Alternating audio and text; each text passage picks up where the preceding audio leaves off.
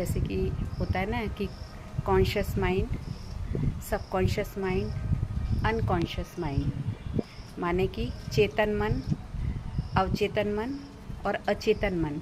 चेतन मन माने कि जो हम देख रहे हैं, जैसा हम इस संसार को इन इंद्रियों के द्वारा देख रहे हैं, और अवचेतन माने कि जो हमारे अंदर पुराना पड़ा हुआ है और जो हम अभी अनुभव करके समझ रहे हैं वो अवचेतन मन में है हमारे।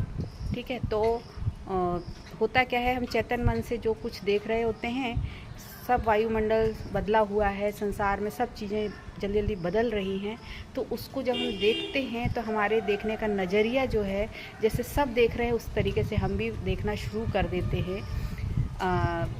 तो वो हमारा चेतन मन है।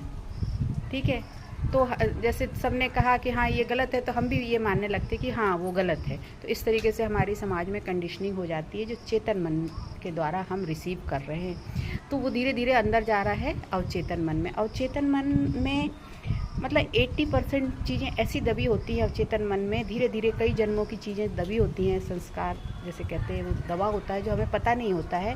हम उसको एक्शन रिएक्शन रिएक्ट करने में जो यूज़ करते हैं ना, अचानक से हमारे द्वारा प्रतिक्रिया जो होती है वो सबकॉन्शियस माइंड के द्वारा ही होती है, माने कि अचेतन मन के द्वारा।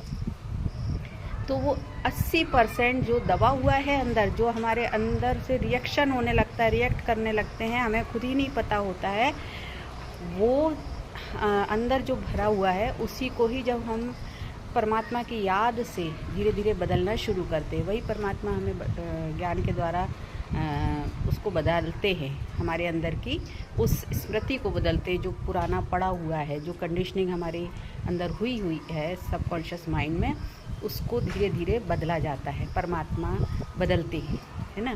तो अचेतन माने आत्मा, तो चेतन माने कॉन्शियस माने ये जो मन बाहर देख रहा है, पूरी सब चीज़ें देख रहा है इंद्रियों के द्वारा, है ना। और फिर मन के लेवल पे ही हम सब चीज़ें सोचते विचारते हैं, तो हम उथले हैं, ऊपर है ना। फिर इसके बाद आता है अवचेतन मन, माने कि हमारे पुराने जो पड़े हुए संस्कार है उसको हम जाने अनजाने यूज़ करते हैं। अब ये दोनों चेतन और अवचेतन माने कि कॉन्शियस और सबकॉन्शियस माइंड, ये इसके आधार पे ही हमारे काम होते हैं, मन बुद्धि माने, है ना। ये दोनों एक दूसरे से बिल्कुल चिपकी हुई हैं, और ये जैसा मन कर रहा है वैसी बुद्धि कर रही है, और इस प्रकार से संसार में हम चल रहे होते हैं। लेकिन अंदर जो है अचेतन मन, वो आत्मा है, और वो आत्मा सबके अंदर एक सी है। माने कि मान लो किसी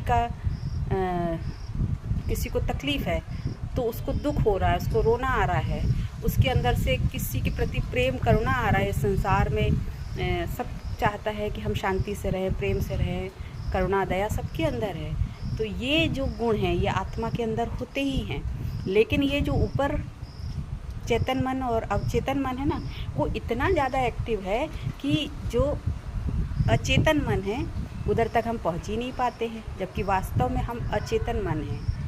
रियल ये है कि हम अंदर जो आत्मा है ना वो है, लेकिन हम ये ऊपर का इतना सब कुछ, जैसे कि मेकअप कर लिया जाता है ना, रियल में हमारी शक्ल ऐसी है, लेकिन हम जब खूब मेकअप कर लो शक्ल ही बदल जाती है, तो मनुष्य की शक्ल ही बदल जाती है जैसे ना। इसी तरीके से ये चेतन और अवचेतन मन जो काम कर रहा है, इसलिए कलयुगी दुनिया में आके आत्मा का प्रभाव ख़त्म हो गया, आत्मा के जो गुण हैं वो नज़र नहीं आते हैं, और ये मन और बुद्धि ने जो कुछ भी बाहर से रिसीव किया, एक दूसरे को दिया लिया, वही उसके संस्कार बन गए, और फिर उसी में ही वो अपने संसार में संघर्ष कर रहा है। तो हमें अब आत्मा की सबसे हाईएस्ट स्टेज जो है, प्योर स्टेज है, जो वहाँ तक जाना है, उसके लिए ही पुरुषार्थ करना होता है।